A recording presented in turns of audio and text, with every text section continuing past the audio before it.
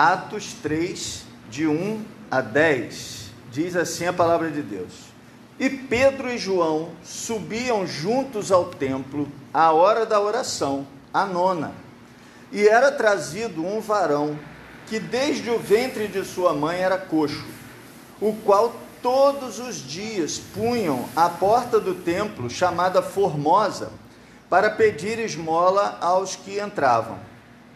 Ele, vendo a Pedro e a João, que iam entrando no templo, pediu que lhe dessem uma esmola. E Pedro, com João, fitando os olhos nele, disse: Olha para nós. E olhou para eles, esperando receber deles alguma coisa. E disse Pedro: Não tenho prata nem ouro, mas o que tenho, isto te dou.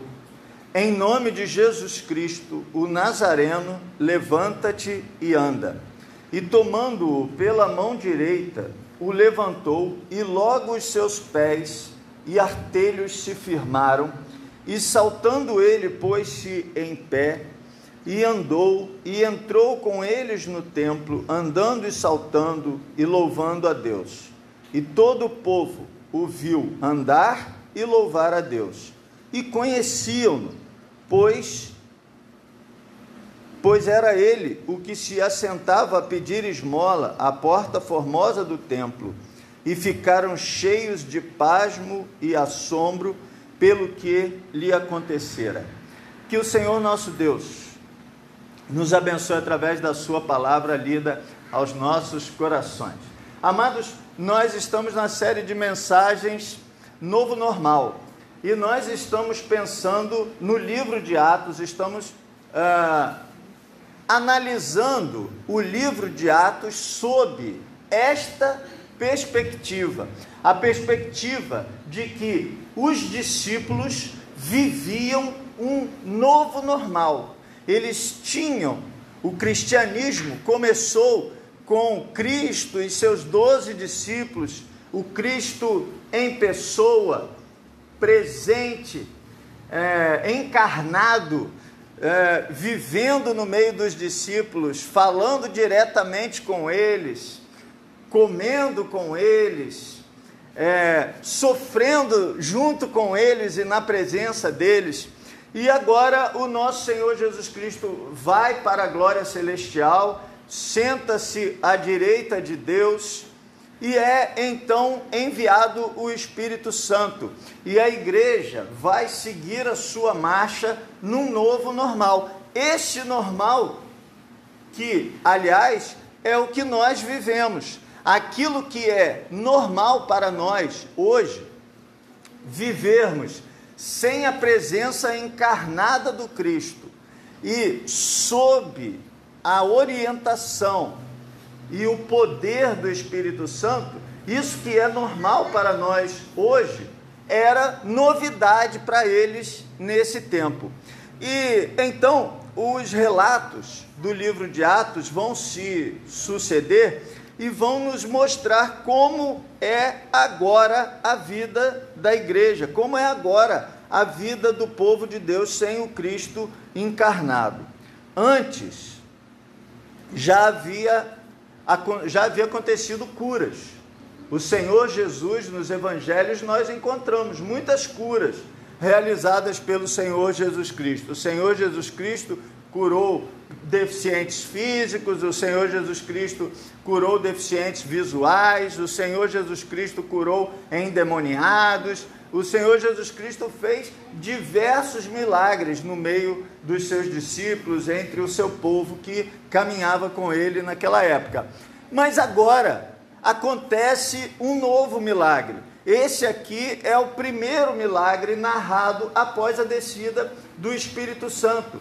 E o que nós vamos observar nesse milagre, e o livro de Atos vai mostrar vários outros milagres, e nós que vivemos esse novo normal, o normal de estarmos sob a orientação e o poder do Espírito Santo, também já testemunhamos muitos milagres acontecendo, muitos prodígios de Deus acontecendo em nossas vidas, acontecendo no meio do povo de Deus. Só que agora não é o próprio Cristo em pessoa que toca nas pessoas, não é o próprio Cristo encarnado quem faz lama e passa nos olhos das pessoas, não é o próprio Cristo encarnado que levanta a pessoa, que leva a pessoa, que faz, como nós vemos no livro de Atos, de Marcos. Agora nós vemos no livro de Atos que a cura acontece em nome de Jesus.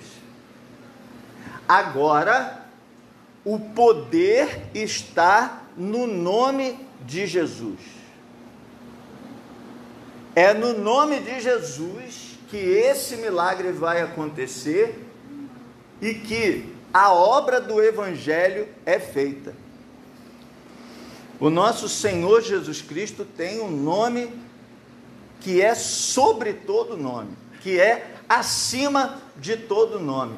E no nome de Jesus há poder no nome de Jesus. Então, é o que nós vamos estudar hoje.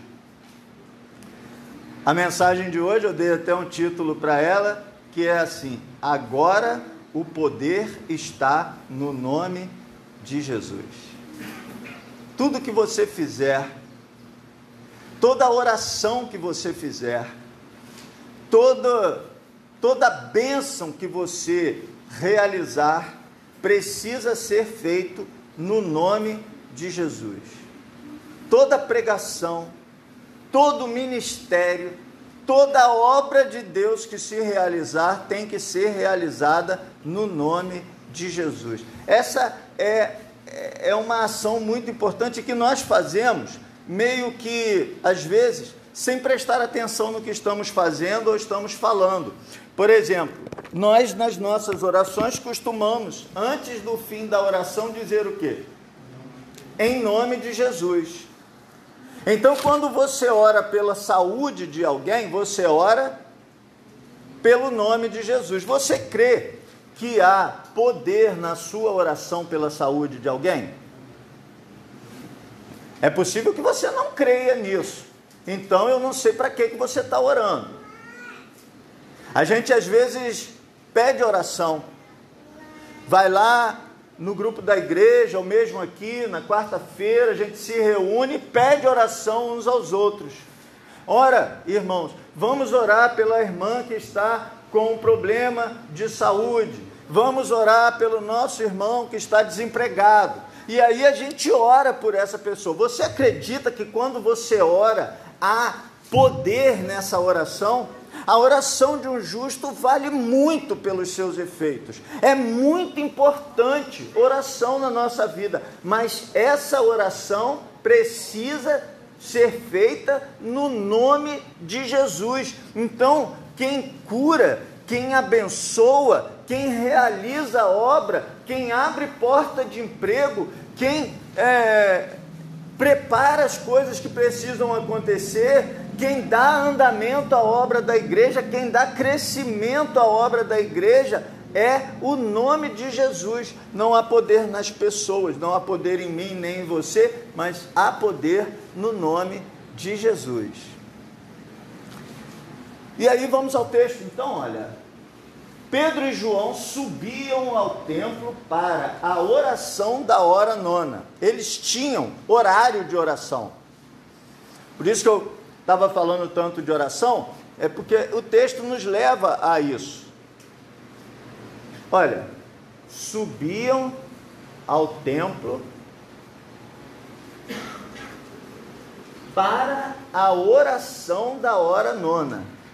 Eles tinham 3 horários de oração por dia. Um desses 3 horários de oração era a chamada hora nona. Hora nona é 3 horas da tarde. Então, 3 horas da tarde era um horário de oração. Imagine, irmãos, todos os dias no templo aconteciam 3 horários de oração e as pessoas iam ao templo para orar nesses 3 horários. Quantos horários de oração você tem por dia? Essa é a pergunta. Essa é a pergunta que a gente não pode deixar de se fazer quando olha para esse texto. E aí eu olho para mim também. Ascenso, quantos horários de oração você tem por dia? E eu gostaria que você fizesse essa pergunta para você mesmo. Não é olhar para a volta do pé do vizinho, é olhar para a volta do seu pé. Quantas horas, quantos horários de oração você tem por dia? Precisamos, irmãos, ter horário de oração. Precisamos ter momentos com Deus.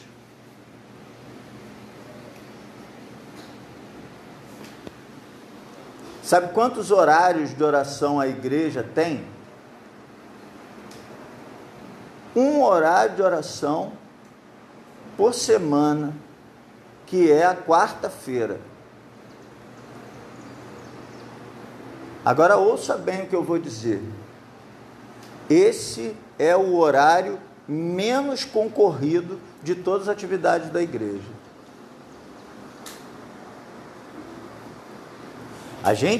A oração tem poder, oração vale muito, mas a gente faz o horário de oração e esse horário de oração não funciona. Isso é lamentável.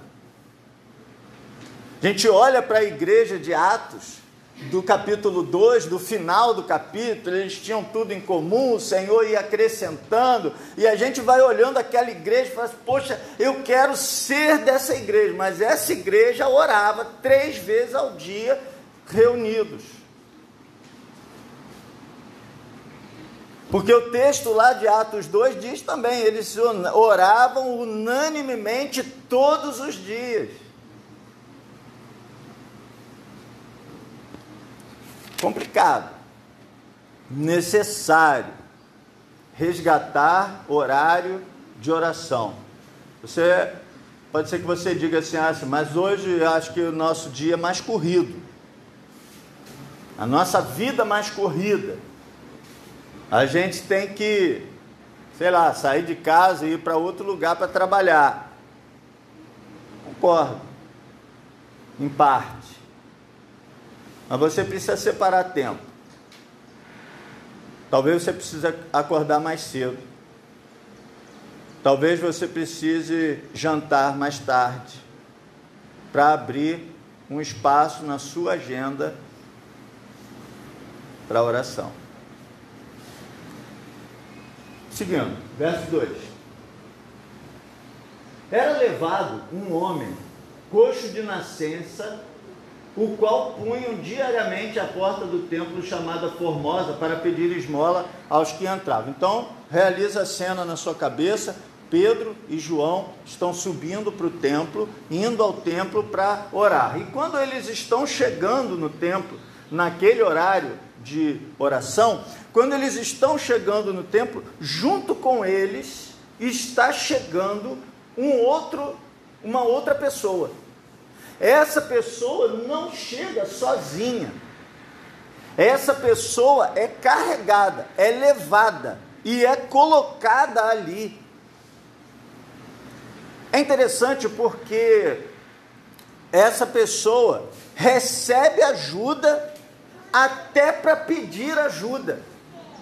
Quando a gente olha para a situação dessa pessoa, essa situação é realmente muito delicada, muito difícil.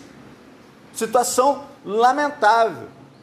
Ele precisava de ajuda para pedir ajuda. E, irmãos, tem gente mesmo que precisa de ajuda para pedir ajuda. Tem gente que é envergonhado demais para pedir ajuda. Tem gente que é limitado demais para pedir ajuda. Tem gente que não sabe se comunicar da maneira para pedir ajuda. E às vezes a gente tem que procurar a pessoa que precisa de ajuda para pedir ajuda, porque às vezes a gente não consegue fazer tudo que essa pessoa precisa. Eu fico imaginando aqueles homens, me lembra também a cura de Jesus do homem que desce do telhado, e ali 4 pessoas levavam aquele homem e superam uma série de obstáculos, mas eu fico olhando para esses aqui também e a gente fica pensando assim, puxa vida, essas pessoas não podiam resolver o problema dele. Porque assim, eu já vi inclusive gente dizendo, por que esses homens não deram a ele o suprimento que ele precisava para que ele não fosse à Porta Formosa pedir essa esmola? Talvez porque eles não tivessem condições para isso. Talvez a ajuda que esse homem precisava era maior do que a possibilidade deles de resolverem esse problema. Não estava no alcance deles prover todo o recurso que essa pessoa precisava. Aqui é uma hipótese, né? Pode até ser que eles tivessem essa condição, mas acharam aquela solução. É possível. Mas eu quero pensar com você nessa ideia. Porque, irmãos, às vezes a gente quer ajudar alguém, mas a gente não tem todas as condições para prover essa ajuda. E a gente precisa que outras pessoas também ajudem. Eu quero dizer para você que é nobre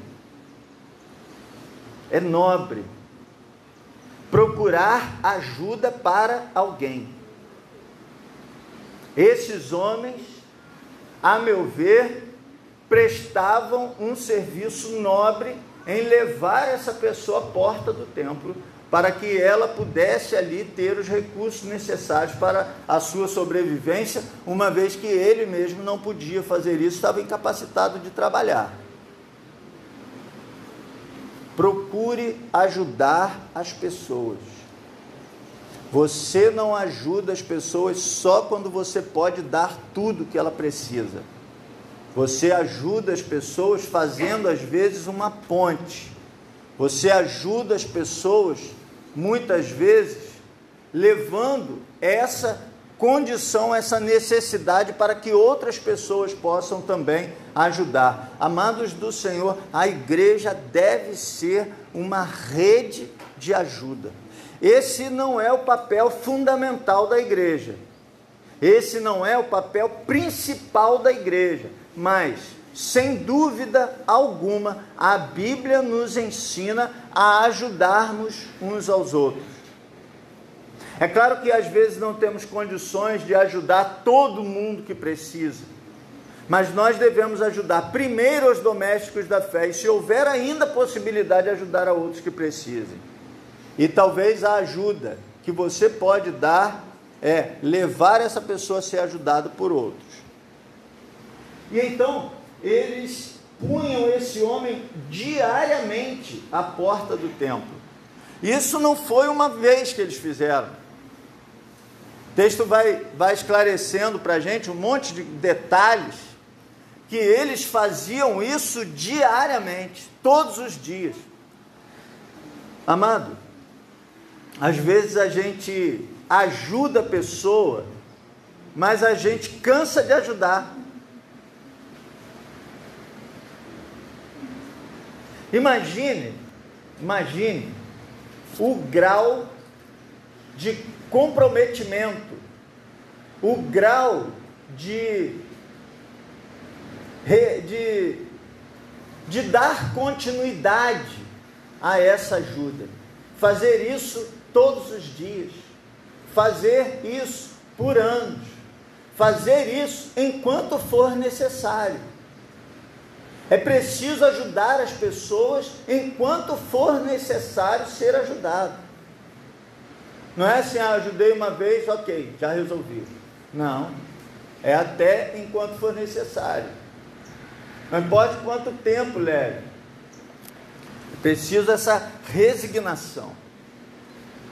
E eles colocavam aquele homem à porta do templo, chamada Formosa. Então havia uma porta no templo, chamada Porta Formosa, e ele era colocado à porta.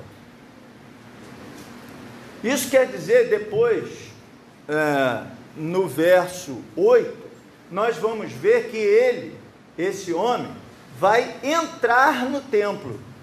Isso significa que ele estava à porta do lado de fora. Aquele homem era colocado do lado de fora do templo. Aquele homem, então, ele não entrava no templo. Ele ia ao templo, mas ele ficava do lado de fora. Ele ficava à margem. Ele não entrava. Isso, irmãos, mostra que o problema que aquele homem estava enfrentando não era só um problema de financeiro, não era só um problema de saúde, mas havia aqui também um problema espiritual. Havia aqui também uma necessidade a mais, que é a necessidade de entrar, a necessidade de fazer parte, a necessidade de louvar ao Senhor. O texto vai concluir lá no final com esse homem entrando e louvando, e as pessoas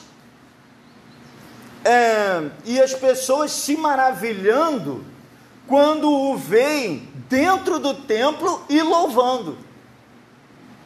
Isso significa dizer que ele estava fora do templo e não estava louvando antes. Amado, tem muita gente que está nas imediações da vida com Deus, mas não está dentro da vida com Deus. Está na periferia da vida com Deus. Tem gente que é membro de igreja, tem gente que, enfim, até frequenta e tudo mais, mas está ainda num relacionamento com Deus periférico. E a gente precisa ultrapassar essa barreira, irmãos. Às vezes a gente fala de Jesus para uma pessoa, a gente leva a palavra de salvação para uma pessoa, e essa pessoa pensa que a gente está falando de pertencer a uma igreja.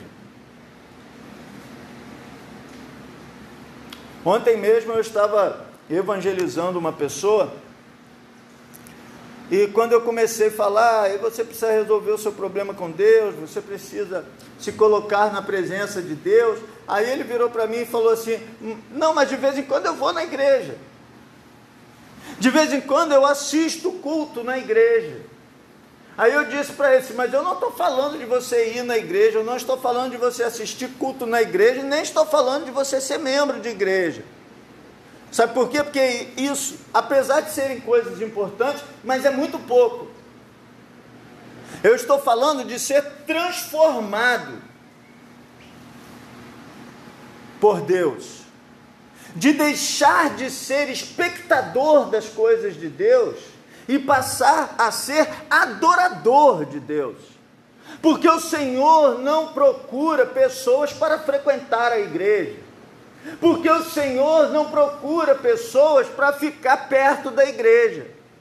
Porque o Senhor não procura pessoas para serem membros de igreja. O Senhor procura verdadeiros adoradores que o adorem em espírito e em verdade. O que o Senhor tem para a sua vida não é ser membro de igreja, frequentador de igreja, assistir culto de igreja. O que Deus tem para a sua vida é ser transformado por isso, é ser transformado num adorador.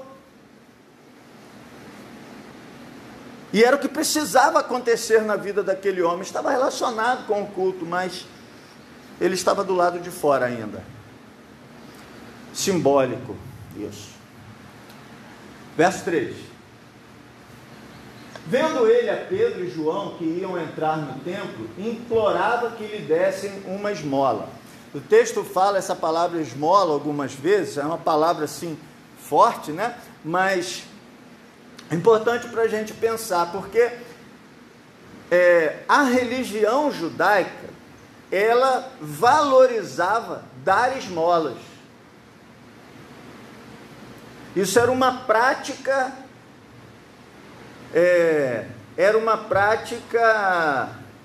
incentivada pela igreja. Dar esmolas. Dar esmolas é realmente dar o dinheiro. E eu já ouvi muita gente dizer assim: não, eu não dou dinheiro a ninguém, porque eu posso dar dinheiro para a pessoa comprar comida e ele beber com esse dinheiro. Irmão, não diga nunca e não diga ninguém, porque há pessoas e pessoas. Às vezes o que a pessoa precisa é do dinheiro mesmo. Não adianta você comprar uma coisa para ele, porque tem coisa que você não pode comprar na rua e dar para uma pessoa. Às vezes o que ele precisa, ele tem que ter o dinheiro para comprar. E aquele homem era colocado ali para isso. Mas tem uma coisa interessante aqui, que a gente tem que olhar o 3 e o 4 juntos, que é o seguinte, ó. Vendo ele a Pedro e João que iam entrar no templo, ou seja, estava do lado de fora, Pedro e João vinham chegando, implorava que lhe dessem uma esmola. Então, ele viu Pedro e João chegando, pediu a esmola, mas olha o que vem em seguida. Pedro, fitando juntamente com João, disse: olha para nós. Então, como é que ele pede essa esmola? Cabeça baixa. Sequer ele olha para as pessoas. É assim, como se ele se sentisse indigno de olhar para as pessoas, indigno de cruzar o olhar com as pessoas.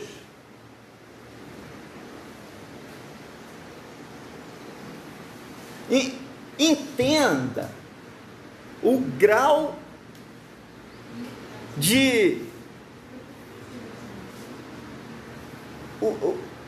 o grau de ruim da situação que aquele homem estava vivendo, o grau de degradação da vida humana.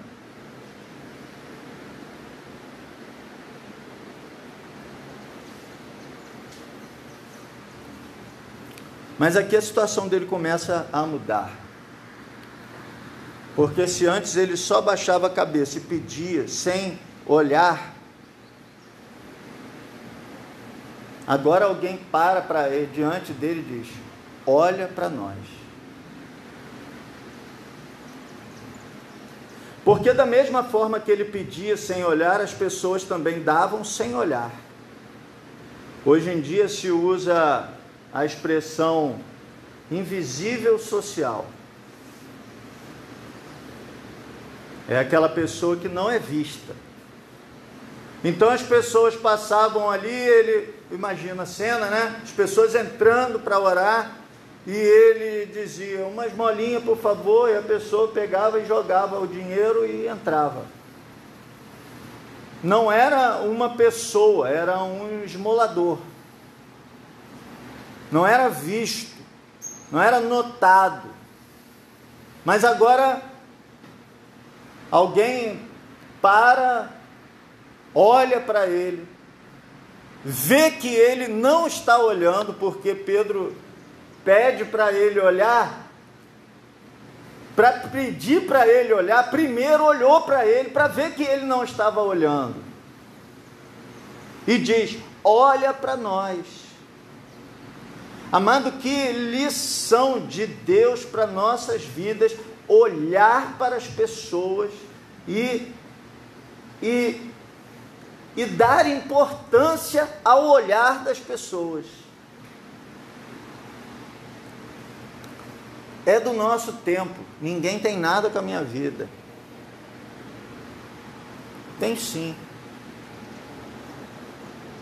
Será que você quer que as pessoas olhem para você? Porque às vezes a gente não quer que as pessoas olhem para nós. A gente quer que ela fale e conviva sem olhar. Mas não. interagir com as pessoas é necessário. Não é a ajuda pela ajuda.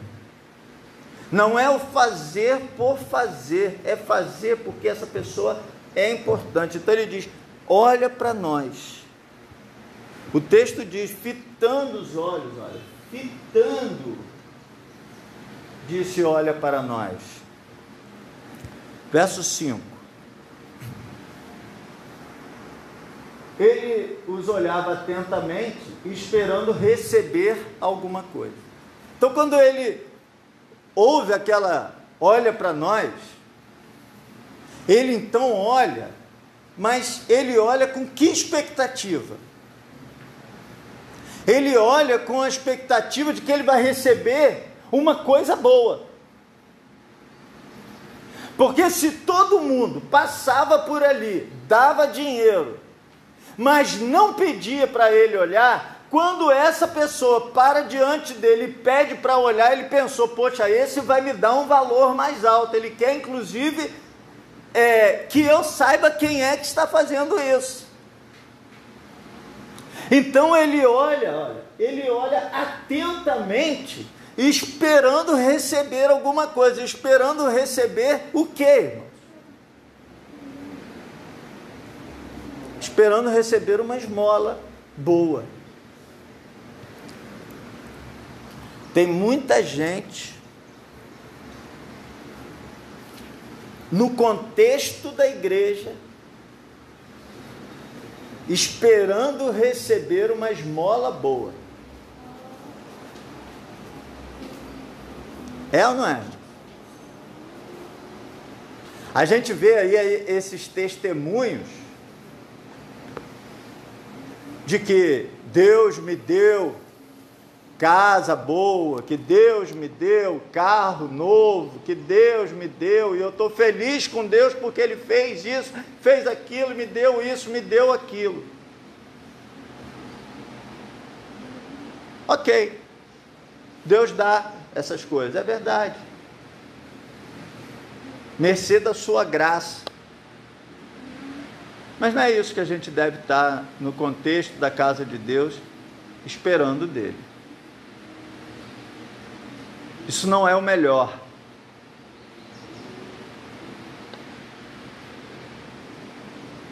Isso não é o melhor.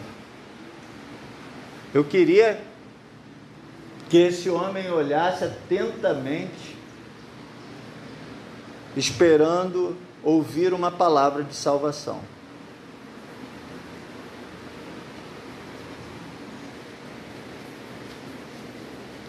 O ideal seria que esse homem olhasse atentamente, esperando ouvir uma palavra de salvação. Esperando ouvir a palavra de Deus. Esperando ouvir um conselho vindo da palavra de Deus.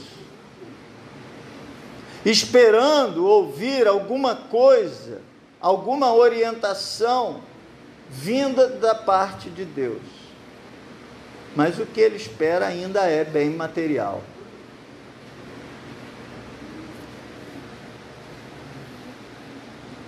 Você não deve buscar a Deus por bens materiais.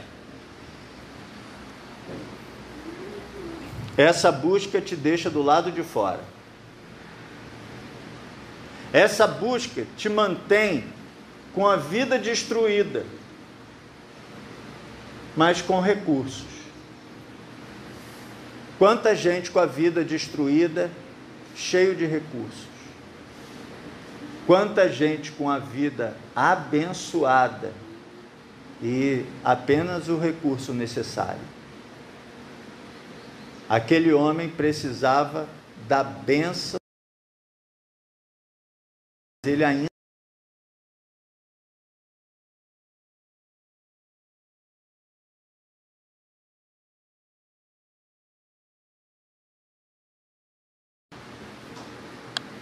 Pedro, porém, lhe disse. Então ele esperava uma coisa e recebe outra. Pedro, porém, lhe disse: não possuo nem prata nem ouro. Para aqui, congela a imagem e olha para a fisionomia desse homem. Pedro e João param diante dele ele pede a esmola, Pedro e João fitam os olhos nele, veem que ele não está olhando e diz: olha para nós. Ele olha, sorriso largo, mão estendida, vou receber uma coisa muito boa. Aí Pedro e João jogam um balde de água fria em cima dele: eu não tenho prata nem ouro. Aí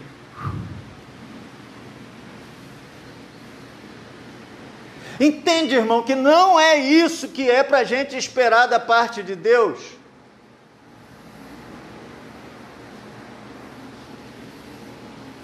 Mas o que tenho, isso te dou.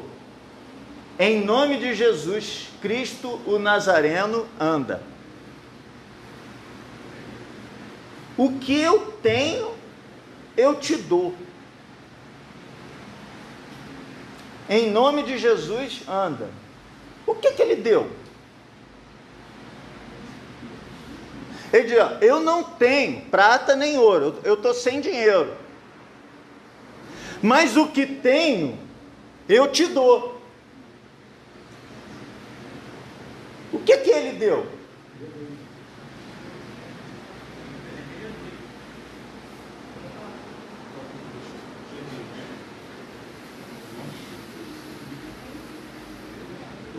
O que faltava para aquele homem? Ele deu Jesus para aquele homem. Ele deu fé para aquele homem. Fé em Jesus. E ele faz uma descrição completa de Jesus. Jesus Cristo Nazareno. Ele faz uma descrição completa de Jesus. Ou seja, eu tenho fé em Jesus, e a fé em Jesus que eu tenho, eu te dou. O melhor que ele poderia dar, ele deu. E o que há de lindo nisso é que, se ele tivesse prata e ouro, e ele desse prata e ouro, ele ficava sem essa prata e ouro. O que há de extraordinário na fé em Jesus Cristo é que eles tinham fé em Jesus Cristo, eles deram fé em Jesus Cristo, e eles continuaram com mais fé ainda em Jesus Cristo. Porque quanto mais a gente dá às pessoas a fé em Jesus Cristo que a gente tem, quanto mais a gente transmite para as pessoas a fé em Jesus Cristo que a gente tem, mais fé em Jesus Cristo a gente fica. Porque não há de se negar que a fé em Cristo de Pedro e de João foi aumentada nesse dia. Quanto mais experiências nós temos com Jesus, mais fé em Jesus nós temos.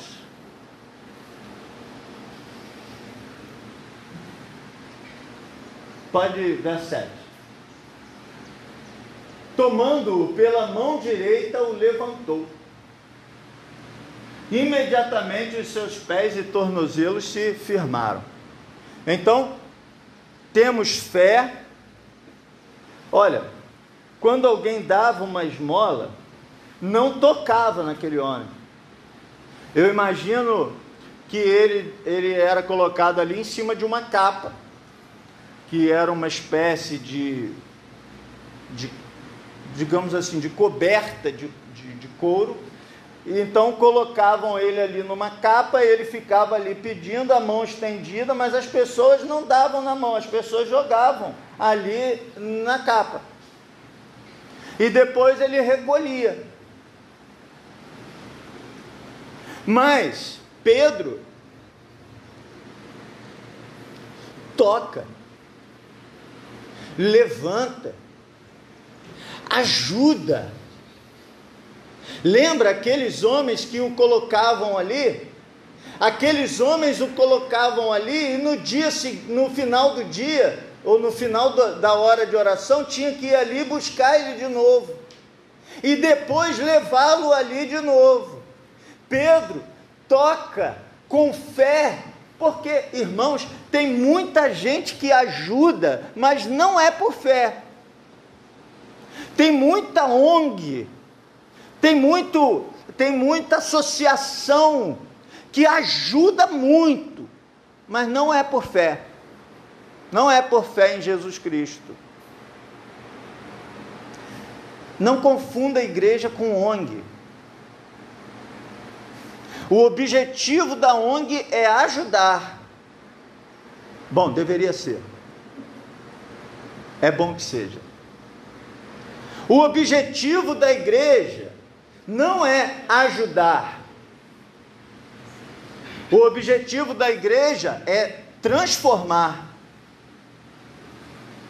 O objetivo da igreja é levar essa pessoa a caminhar com os seus próprios pés. Pedro e João toma pela mão, levanta, ele é transformado e ele agora vai poder caminhar. Pastor,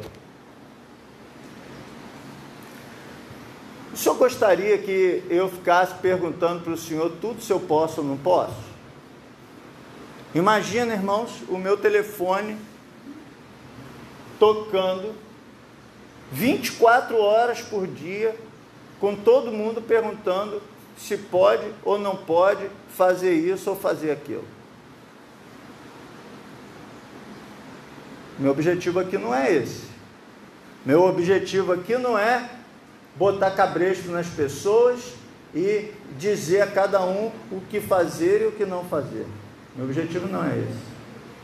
Meu objetivo é trazer a palavra de Deus transformadora, para que você possa caminhar com os seus próprios pés, espiritualmente falando, para que você possa tomar as melhores decisões, para que você possa buscar a presença de Deus por você mesmo, e não carregado por mim.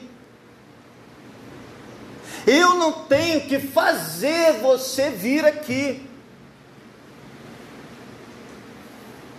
Ninguém tem que fazer isso. Você tem que fazer isso por fé em Jesus Cristo.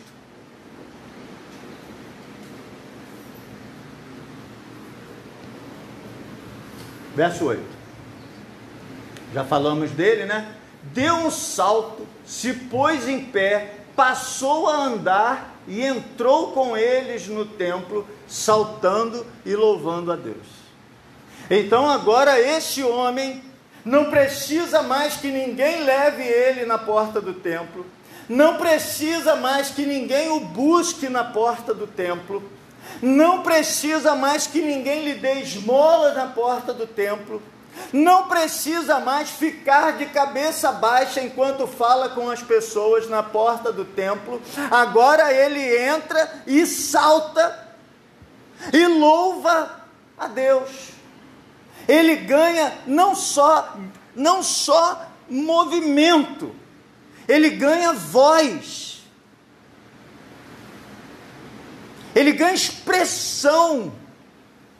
Eu acho a Bíblia é muito profunda, porque diz assim, ele entra saltando, ele não cabia dentro dele, de alegria pelo que estava acontecendo, pelo que havia acontecido.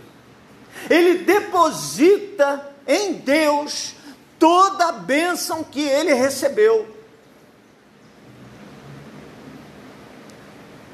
E ele entra saltando e louvando a Deus. Verso 9. Viu todo o povo a andar e a louvar a Deus. 10. E reconheceram ser ele o mesmo que esmolava, assentado à porta formosa do templo, se encheram de admiração e assombro por isso que lhe acontecera. Então agora, veja, ele recebe a fé e ele começa a transmitir fé para outras pessoas. Ele agora abre caminho para que outras pessoas também possam ser atingidas por essa fé em Jesus Cristo. Nós vamos ver na semana que vem, do verso 11 em diante, que Pedro vai pregar depois disso aqui. Isso aqui abre o canal para a pregação de Pedro, para a pregação do Evangelho em Cristo Jesus. Nós vamos perceber que essa, na verdade, é uma fórmula. Aquele homem, através da sua adoração, abre o espaço para a pregação da palavra. Aquele homem agora ganha voz e fortalece a palavra de Deus que há de ser pregada. Ouça isso, eu vou concluir dizendo o seguinte: não guarde para você a fé, o que Deus fez na sua vida através da fé. Não guarde para você. Deixe as pessoas saberem.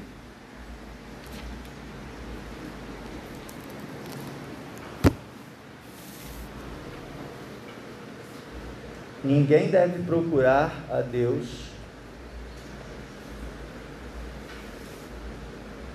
para receber cura, para receber bens materiais. Mas quando você recebe cura, quando você recebe bênção de Deus, esse testemunho precisa glorificar a Deus, porque ele abre as portas para comunicar as verdades salvadoras de Cristo Jesus, para levar fé à vida das pessoas. Você não prega só com palavras, você prega com vida. Mostre para as pessoas o que Cristo tem feito na sua vida, a transformação que Cristo tem feito na sua vida. Testemunhe sobre Cristo. Ainda que você não saiba pregar, deixe que Pedro pregue, mas louve ao Senhor por aquilo que ele tem feito na sua vida, porque isso abre as portas, abre o coração para a palavra do nosso Deus, abre o coração para que as pessoas tenham fé em Cristo Jesus, o nosso Senhor.